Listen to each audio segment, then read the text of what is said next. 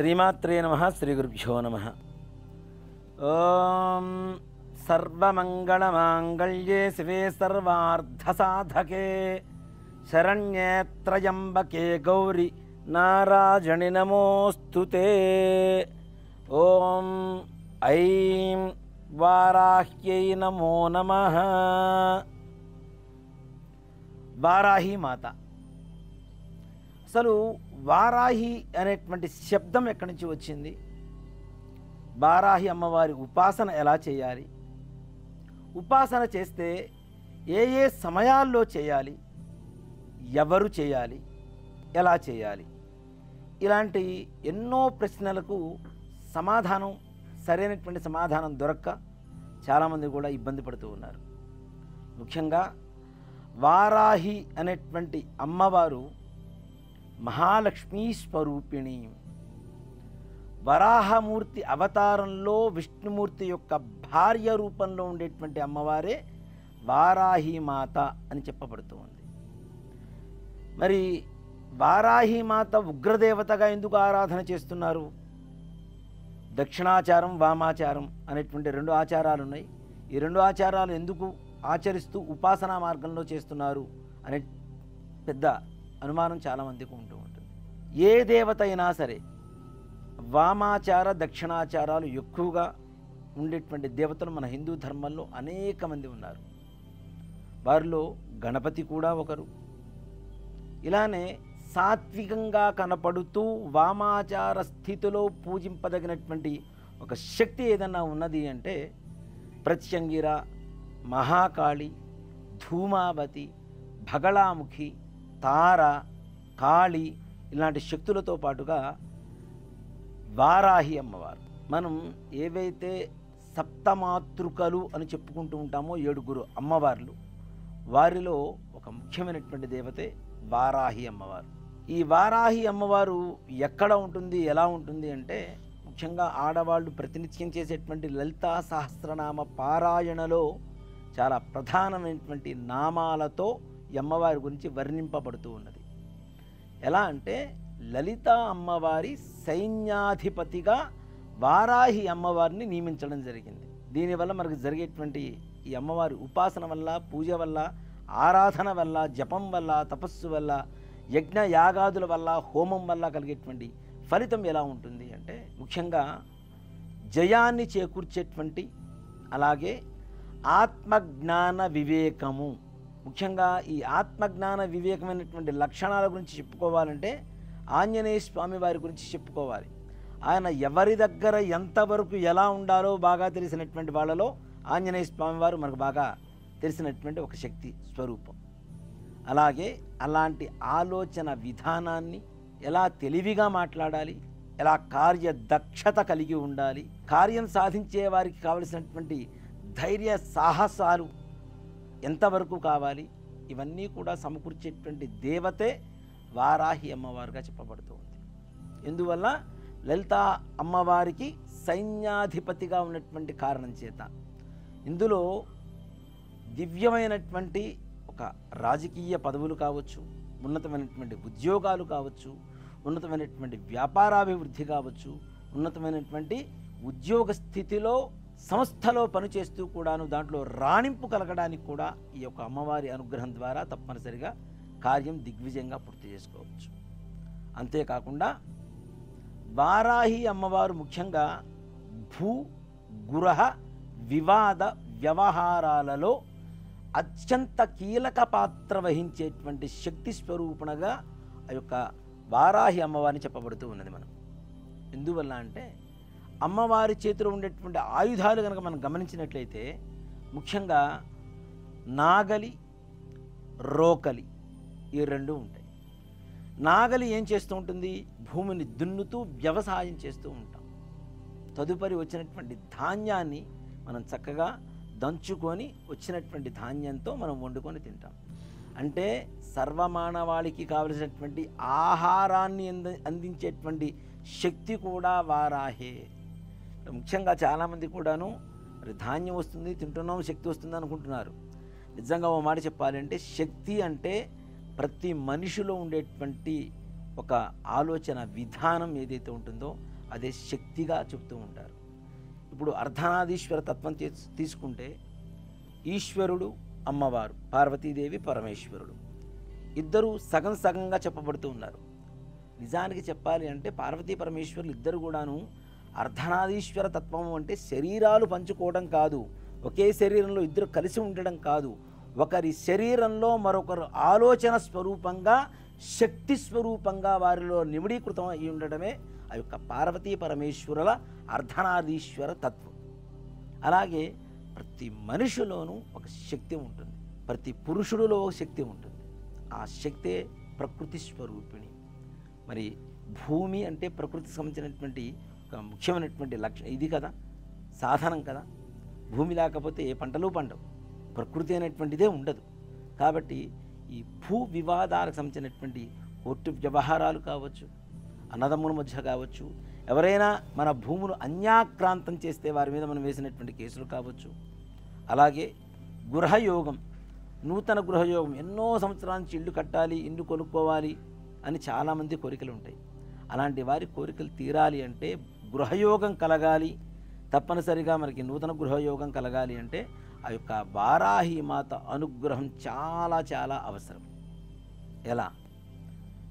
ఇల్లు కడుతున్నాం, సగం వరకు కట్టేసాం, ఆగిపోయింది. ఒక ఇంటికి అడ్వాన్స్ ఇచ్చాం, ఏదో కారణం చేత ఆ అడ్వాన్స్ మరలా క్యాన్సిల్ చేసుకొని ఆ ఇంటిని మరలా వెనక్కి తీసుకోవడం, అందులో కొంతవరకు మరలా నష్టం పొందడం.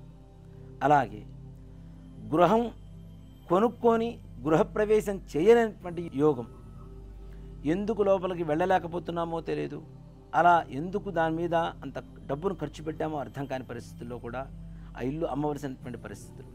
నిజంగా భూ వ్యాపారస్తులు ఎవరైతే ఉంటారో, రియల్ ఎస్టేట్ రంగం వారు ఎవరైతే ఉంటారో వారికి వారాహి అమ్మవారి అనుగ్రహం చేత, ఇప్పుడు చాలామంది రియల్ ఎస్టేట్ వ్యాపారం చేస్తుంటారు, దాంట్లో కొంతమంది మాత్రమే ఉన్నతమైనటువంటి స్థానంలో ఉండడం, రాణింపు చేయగలగడం అనేది ఎక్కువగా కనబడుతూ ఉంటుంది.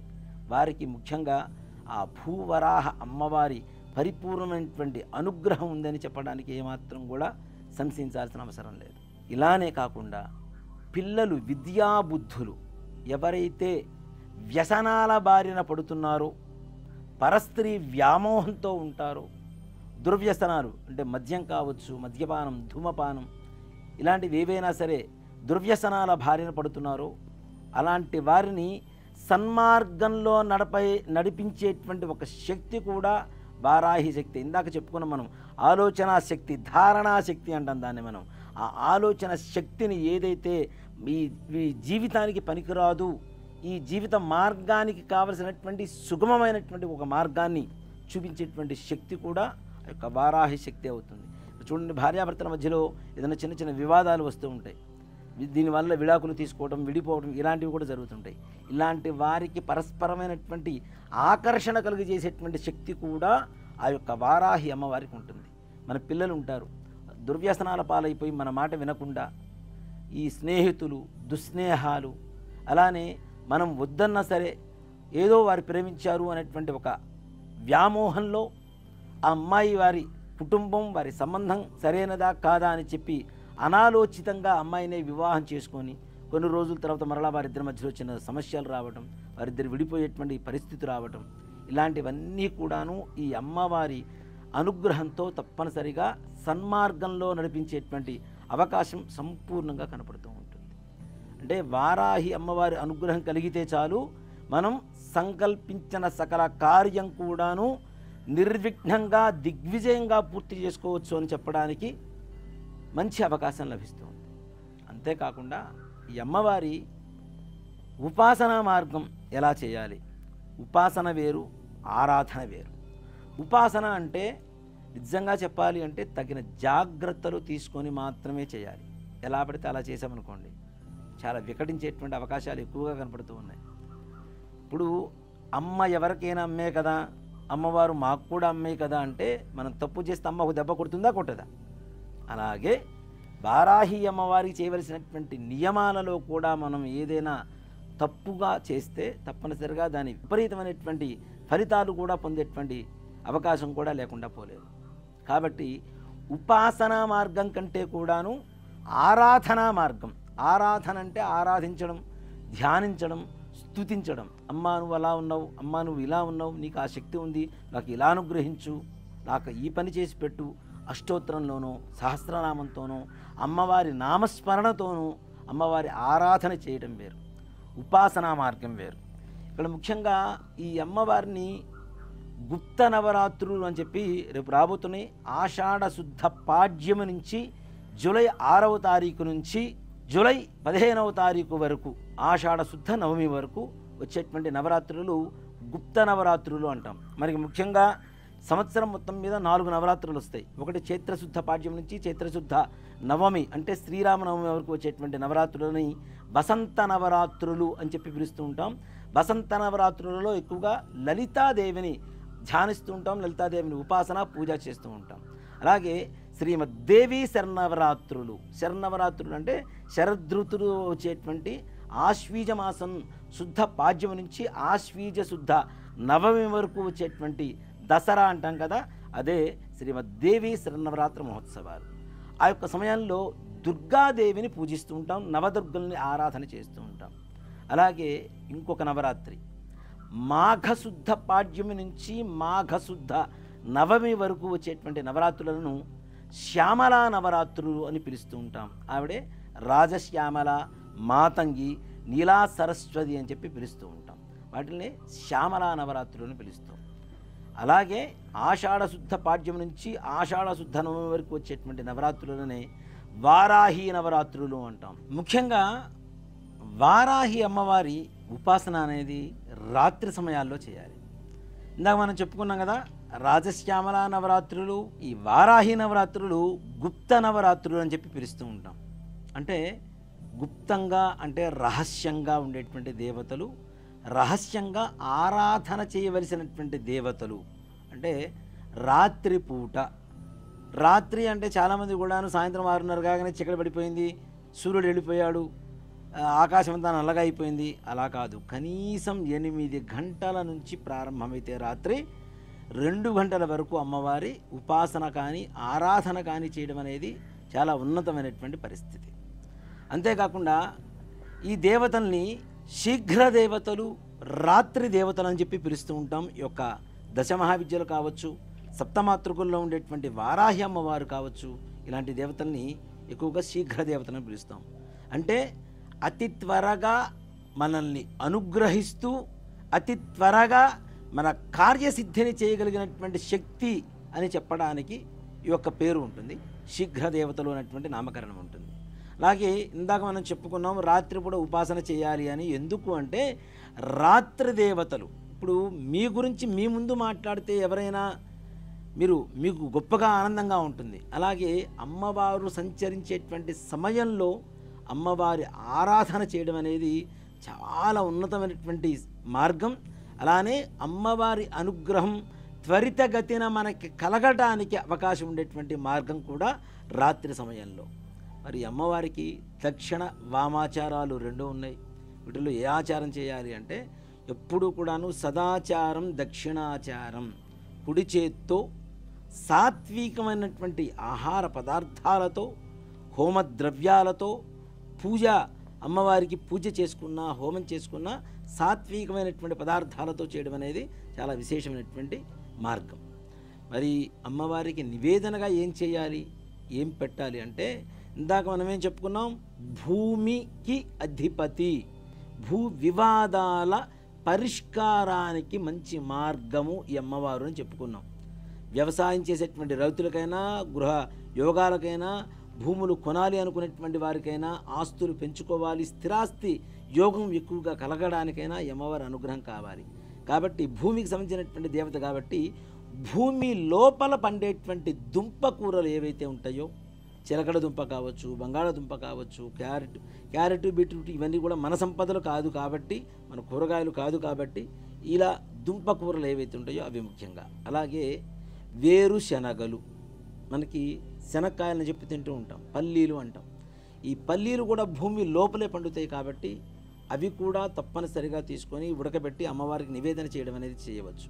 అలాగే అమ్మవారికి తీపి అంటే బెల్లం అంటే చాలా ఇష్టం కాబట్టి ఈ పల్లీలు ఏవైతే ఉంటాయో వాటిని చక్కగా పాకం పట్టి అమ్మవారికి మనం ఈ పల్లి ఉండాలని చెప్పి పిలుస్తూ ఉంటాం, షాపులో కూడా దొరుకుతూ ఉంటాయి. అలాంటివి ఇంట్లో తయారు చేసుకొని అమ్మవారికి నివేదన చేయడం అనేది చాలా విశేషమైనటువంటి నివేదన అవుతుంది. అలాగే అమ్మవారికి ఇష్టమైనటువంటి ఇంకొక పదార్థం ఏమిటి అంటే దానిమ్మ పండు. ఈ దానిమ్మ గింజలు ఏవైతే ఉంటాయో వాటిని కూడా అమ్మవారికి నివేదన చేయడం అనేది సూచించదగినటువంటి విషయం. అలాగే ఎర్రగా ఇంకోటి ఉంటుంది, ఏమిటి? పుచ్చకాయ, వాటర్ మిలన్. దీన్ని కూడా చిన్న చిన్న ముక్కలుగా తయారు చేసి అమ్మవారికి నివేదన చేసి అది మనం ప్రసాదంగా స్వీకరించడానికి మంచిది. అలాగే అమ్మవారికి రక్తవర్ణ పుష్పం అంటే ఎర్రటి పుష్పాలు. ఎర్రటి పుష్పాలను ముఖ్యంగా చెప్పుకునేటువంటివి ఏంటంటే గన్నేరు పుష్పాలు ఏవైతే ఉంటాయో ప్రధానంగా ఎర్ర గన్నేరు పుష్పాలతో అమ్మవారికి అర్చన కానీ పూజ కానీ చేయడం ద్వారా తొందరగా మనకు అనుగ్రహించేటువంటి అవకాశం ఉంది. ఇక రెండవ జాతి మందార పూలు. మందార పుష్పాలు ఉంటాయి కదా, అవి కూడా ఎర్రగానే ఉంటాయి కాబట్టి అలాంటి పుష్పాలతో అమ్మవారిని సేవించడం, అమ్మవారిని పూజించడం, అది అష్టోత్తరం కావచ్చు, సహస్రనామార్చన కావచ్చు. అలాగే అమ్మవారికి 12 నామాలు ఉంటాయి, 12 నామాలు అని చెప్పి. ఆ 12 నామాలతో అయినా సరే అమ్మవారిని చక్కగా పూజ చేసుకొని అమ్మవారికి ధూపదీప నైవేద్యాలు చేసుకొని ఆ యొక్క ప్రసాదాన్ని మనం భక్తితో భజిస్తే అమ్మవారి అనుగ్రహం చేత సకల కార్యాలు కూడా దిగ్విజయంగా పూర్తవుతాయి. అలానే సకల శత్రుబాధలు రుణబాధలు తొలగిపోతాయి.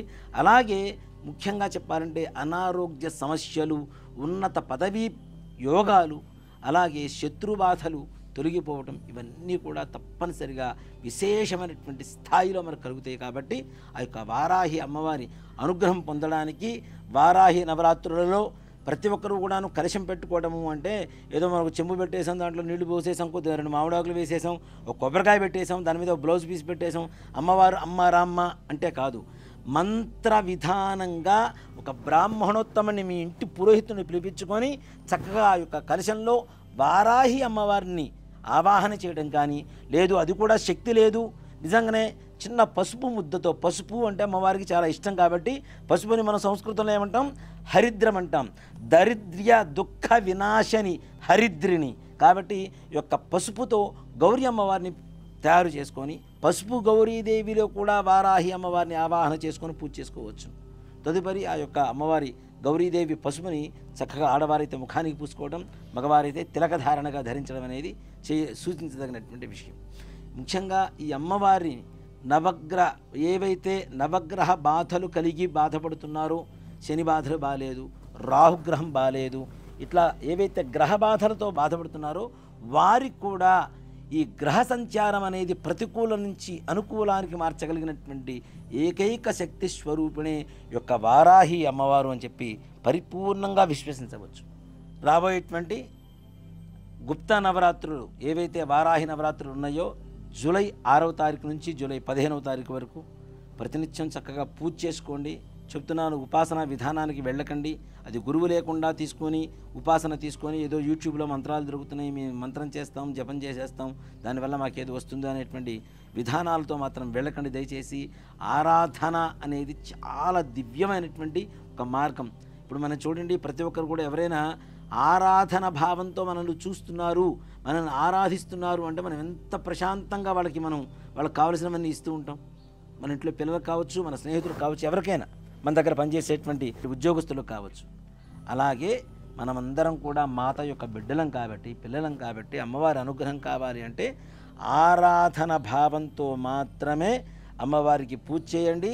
అమ్మవారి పరిపూర్ణమైనటువంటి అనుగ్రహ కృపా కటాక్ష వీక్షణలతో సకల కార్య దిగ్విజయంగా సాగిపోతూ మీ యొక్క భవిష్యత్తు ప్రణాళికలకు కావలసినటువంటి ప్రతి ఒక్క మార్గాన్ని సుగమం చేసుకుంటూ అన్ని కార్యాలు కూడా దిగ్విజయంగా పూర్తి చేసుకోవాలని, ఆ యొక్క వారాహి మాత అనుగ్రహం కలగాలని సర్వే జనా సుఖినో భవంతు, లోకాః సమస్తాః సుఖినో భవంతు. శ్రీమాత్రే నమః. శ్రీ గురుభ్యో నమః.